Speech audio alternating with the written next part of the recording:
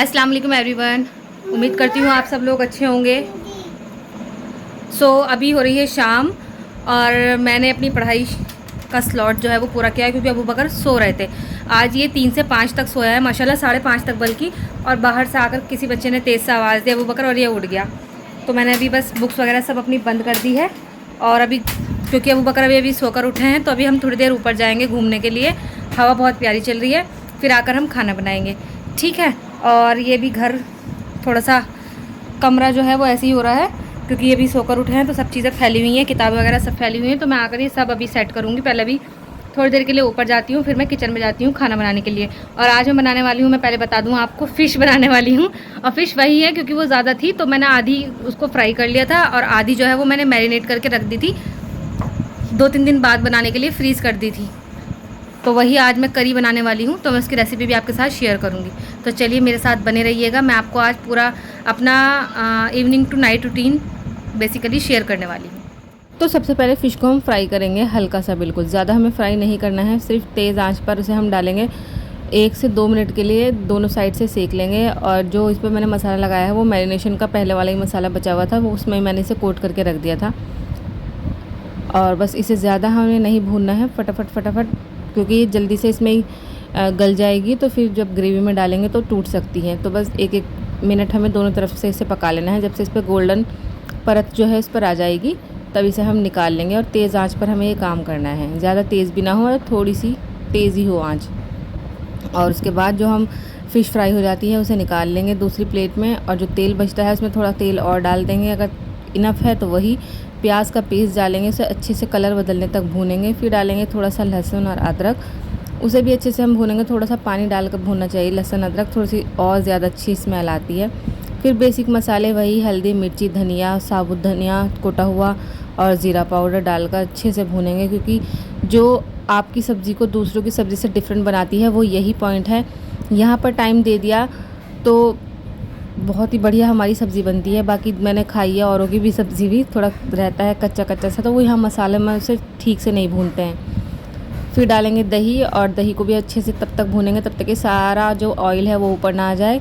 उसके बाद हम इसमें मिलाएंगे पानी, थोड़ा सा जो ग्रेवी है उसे कंसिस्टेंसी को मैनेज करने के लिए, बैलेंस करने के लिए। फिर उसमें डाल देंगे फ़िश, और सारी फ़िश को अच्छे से कोट कर देंगे मसाले के साथ, और पका लेंगे हल्की आंच पर। और तब तक पकाएंगे जब तक कि देखिए सारा तेल ऊपर ना आ जाए। फिर डालेंगे हम इसमें कसूरी मेथी और हरा धनिया, हरी मिर्च, अदरक के टुकड़े। और ये हमारी जो टेस्टी सी फ़िश है वो तैयार है। वैसे मैं नहीं खाती हूँ फ़िश, सबको पता ही है, मगर इस वाली ग्रेवी के साथ अगर मैं बनाती हूँ तो हाँ मैं ग्रेवी खा लेती हूँ। और अब मेरा सारा काम हो गया था, ये बस खाली चम्मच पड़ा था। खोलो खोलो इसे, ये क्या गिरा दे नीचे। सो गाइज, अब सारा काम किचन का हो गया है कंप्लीट जी। बुक्स चाहिए, अभी खोल के दूंगी बेटा। पहले यहाँ से सफाई करूँगी, यहाँ से हट जाओ फटाफट, इधर आके बैठो आप, तकिए सारे इधर रखो। और अब हम सफाई करेंगे पहले रूम की, जो खचाड़ा मचा हुआ है सारा, और फिर हम दोनों ही पढ़ने बैठ जाएंगे। अबू बकर अपना बैग लेकर आ गए हैं कि मामा बुक निकाल दो। तो बस चलिए करते हैं सफाई। और ये देखिए कैसे मेरा हेल्पिंग हैंड है, माशाल्लाह माशाल्लाह जो मैंने कहा करना शुरू कर दिया। ये देखिए अपना बैग लेकर यहाँ पर आकर खड़े हो गए हैं, और मैं यहाँ से फटाफट सेट कर देती हूँ 2 मिनट के अंदर अंदर।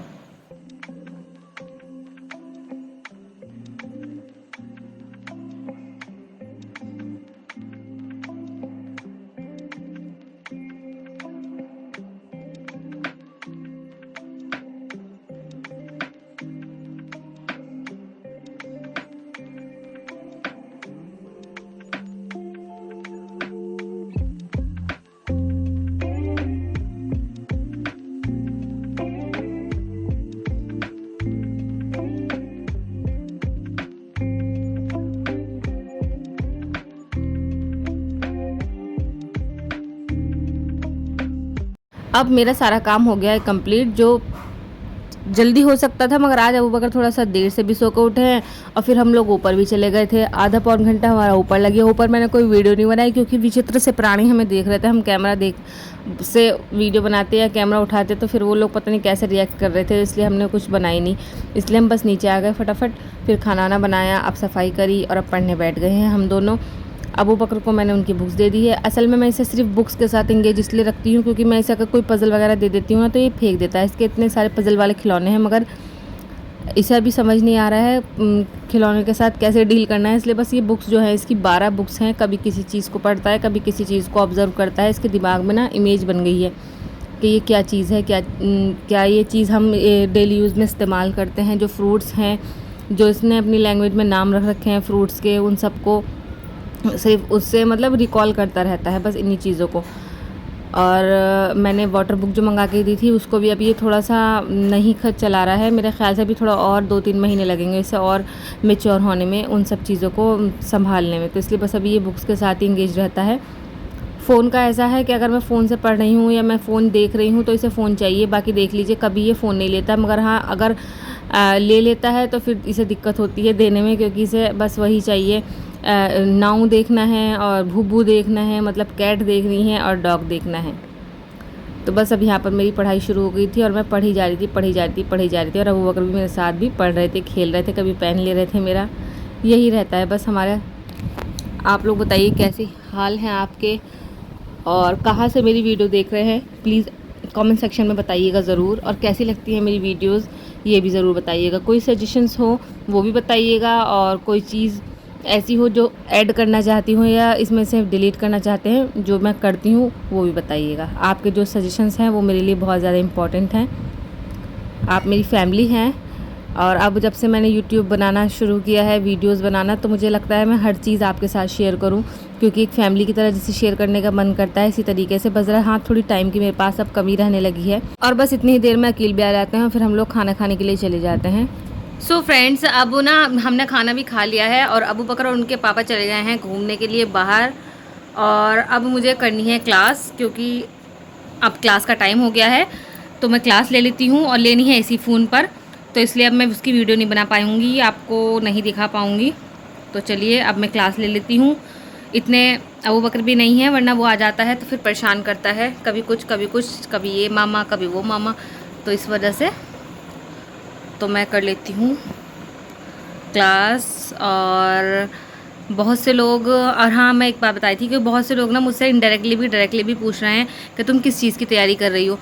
तो मैं बेसिकली किसी पर्टिकुलर एग्ज़ाम की तैयारी नहीं कर रही हूँ, मैं कर रही हूँ अपना बेसिक स्ट्रॉन्ग। क्योंकि क्या है ना, कितने साल हो गए हैं, 2 साल, 2023 में, जिस साल मेरी शादी हुई थी, और उस साल सितंबर में मेरा एग्ज़ाम था यू टेट, उत्तराखंड टेट का। तो उसके बाद मैंने बुक्स छुई नहीं थी, क्योंकि उस टाइम अबू बकर नहीं थे और शायद आधा टाइम चल रहा था उस टाइम का। तो बस उसके बाद से ही कहाँ तबीयत ख़राब रहने लगी थी, ये वो सब। तो और कोई वो भी नहीं थी एग्ज़ाम्स की, तो इसलिए मैंने तब से कुछ पढ़ाई भी नहीं करी थी। और उससे पहले शादी हुई थी, उससे पहले भी शादी की इतनी सारी मसरूफियत थी, तो उस वजह से मैंने कुछ भी नहीं पढ़ाई की थी। अब क्योंकि मुझे पढ़ने का बहुत ज़्यादा शौक़ है, माशाल्लाह माशाल्लाह, तो मतलब खाली नहीं रहना चाहिए दिमाग। खाली दिमाग शैतान का घर। और जो वो ना होता रखता है ना, क्या कहते हैं उसे, खाली रहते हैं तो इधर उधर दिमाग जाता है, तो वो उससे अच्छा अपना कुछ हिलने में लगे रहो। तो इसलिए मैं सिर्फ अपना बेसिक क्लियर कर रही हूँ। और आजकल का तो यही है, सारे कॉम्पिटिटिव एग्ज़ाम्स जितने भी हैं सब में ही एक सेम सा ही सिलेबस है। बस ये है, हाँ, कोई डेप्थ में ज़्यादा पूछ लेता है, कोई किसी के आंसर राइटिंग होती है, किसी में टिक मार्क वाले क्वेश्चन होते हैं। वैसे तो मेरे ख्याल से आजकल हर कोई 3 टियर में ही पूछने लगा है एग्ज़ाम, जो प्री मेंस इंटरव्यू टाइप का होता है, चाहे वो टीचिंग का एग्ज़ाम हो, चाहे वो सिविल सर्विसेज का हो, चाहे वो किसी भी चीज़ का हो।